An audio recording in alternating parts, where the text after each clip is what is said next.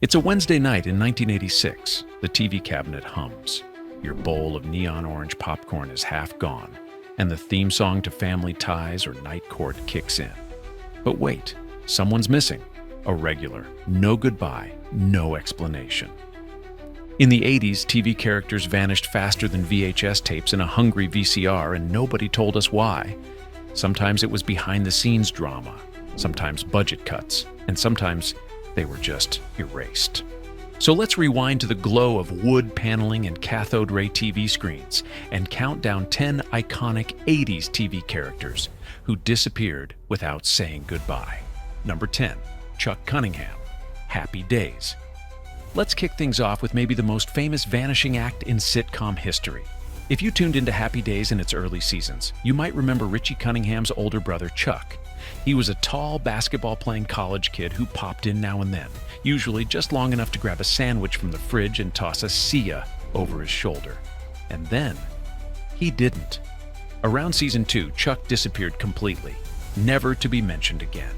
No dramatic farewell, no teary goodbye at the airport. He was just gone. The writers didn't kill him off or even acknowledge his absence, which gave birth to the term Chuck Cunningham syndrome, to describe characters who are written out without explanation. In later seasons, it was as if Chuck never existed. Richie became the eldest child, and the Cunningham family just forgot about him. Poor Chuck. One day you're the big brother. The next, you've been erased from history. If this kind of TV archaeology is your jam, tap like and subscribe. We've got 9 more vanishing acts to uncover. Number 9, April Lopez, The Love Boat. This one cruises in from the Love Boat, and it's a perfect example of the recurring but goodbye-less character. April Lopez, played by Charo. Yes, that Charo. Appeared in multiple episodes across seasons, but never settled in as part of the main crew.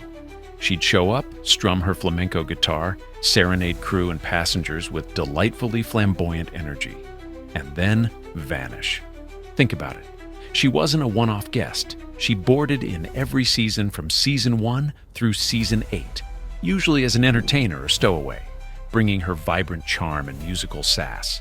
But as enticing as she was, the writers never gave her a starring role in the ensemble.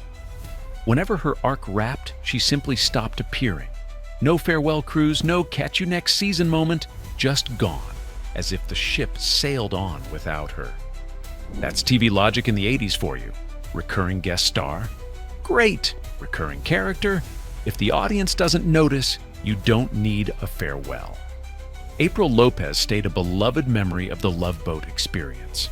Someone fans remember fondly, but can't quite place every time. So yes, April qualifies for our list. Not a main cast member, but she boarded enough to pack a suitcase of charm, then never returned without any port stop to mark her exit. Number 8, Judy Winslow, Family Matters. This one stings for 90s kids, but Family Matters actually began in the late 80s, so it earns a place on our list. Judy Winslow was the youngest daughter of the Winslow family for the first 4 seasons. Then, without a shred of explanation, she disappeared. One episode she's there at the breakfast table, and by the next season, she's gone. No goodbye scene, no off-to-college storyline. The Winslows just went from 3 kids to 2 like it was no big deal. And the wildest part? Family Matters ran for 9 seasons. That means Judy was missing for more than half the show's run, and no one in the Winslow household, or the writer's room, ever thought to check in on her. Over the years, it's become one of the most famous examples of a character being erased from a show's universe without a trace. Number 7, Bonnie Barstow, Knight Rider. Now let's talk about a show that lived in the 1980s cool zone. Knight Rider had a talking car, a leather jacket-wearing hero, and a rotating cast of supporting players. Bonnie Barstow, Patricia McPherson, was the smart, resourceful technician who kept Kit running in top shape during season 1. But when season 2 rolled around, Bonnie was suddenly gone, replaced by April Curtis, Rebecca Holden. No dramatic send-off, no teary hug goodbye with Michael Knight.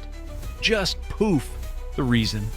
Behind the scenes, there were disagreements between McPherson and the producers, so they just swapped her out.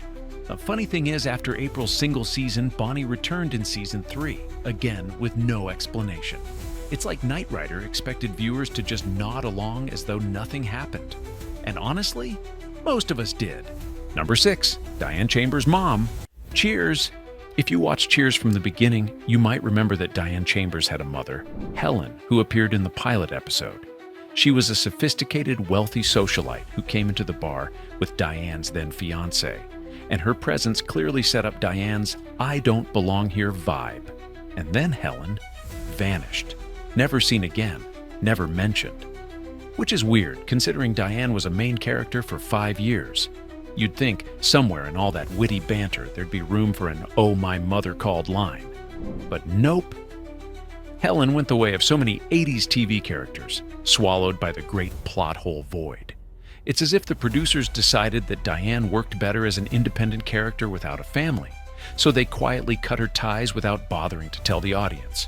Number 5, Jessica Tate, Soap. Now, Soap was already one of the most delightfully weird sitcoms of the late 70s and early 80s. Parodying soap operas with absurd storylines, outrageous cliffhangers, and more fourth wall breaking than a Deadpool movie. It was the kind of show where anything could happen, and usually did. Jessica Tate, the incomparable Katherine Helmond, was one of the show's central characters, charming, bubbly, and just the right amount of clueless. For 4 seasons, she anchored the madness, dealing with everything from alien abductions to murder trials, with the same polite smile.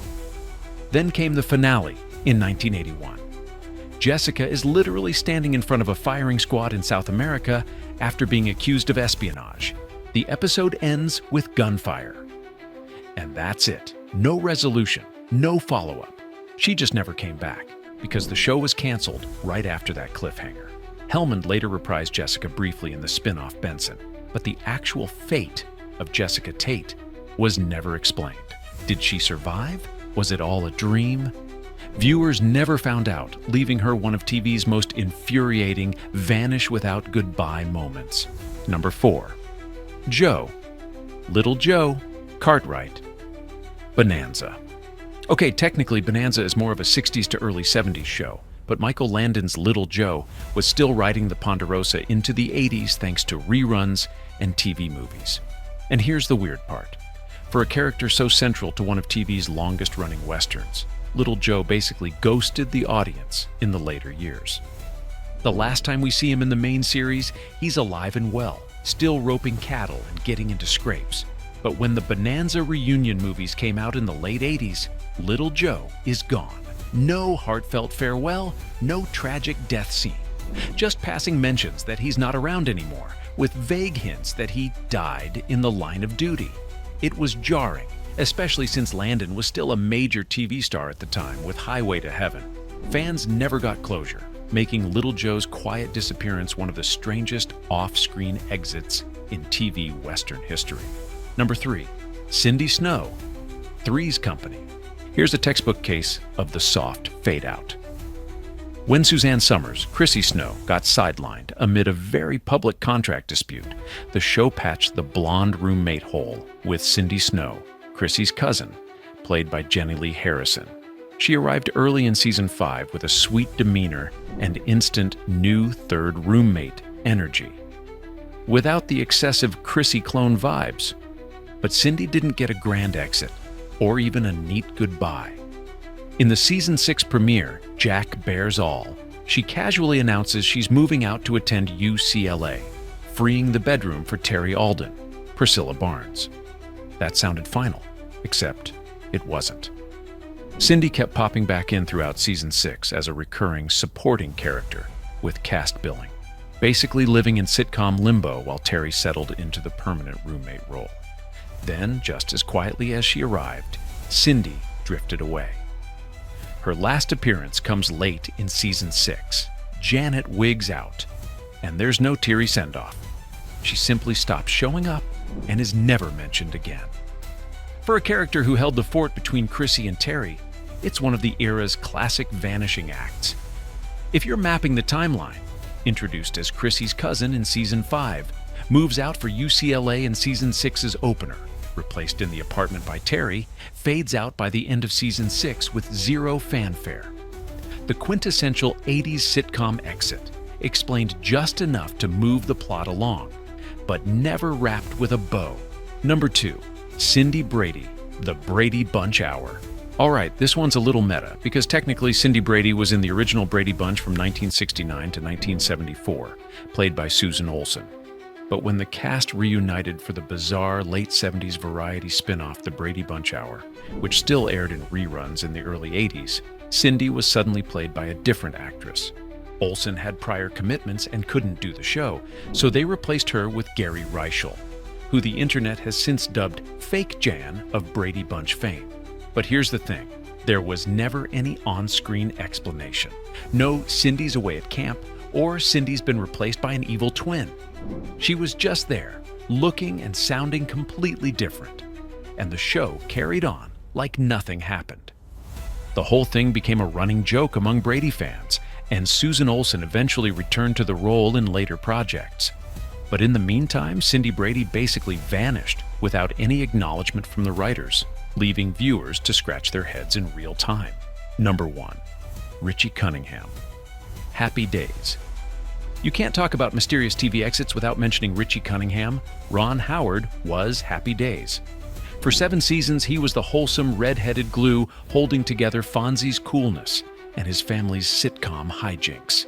Then in season 8, Richie announces he's joining the Army to be a reporter. And poof, he's gone.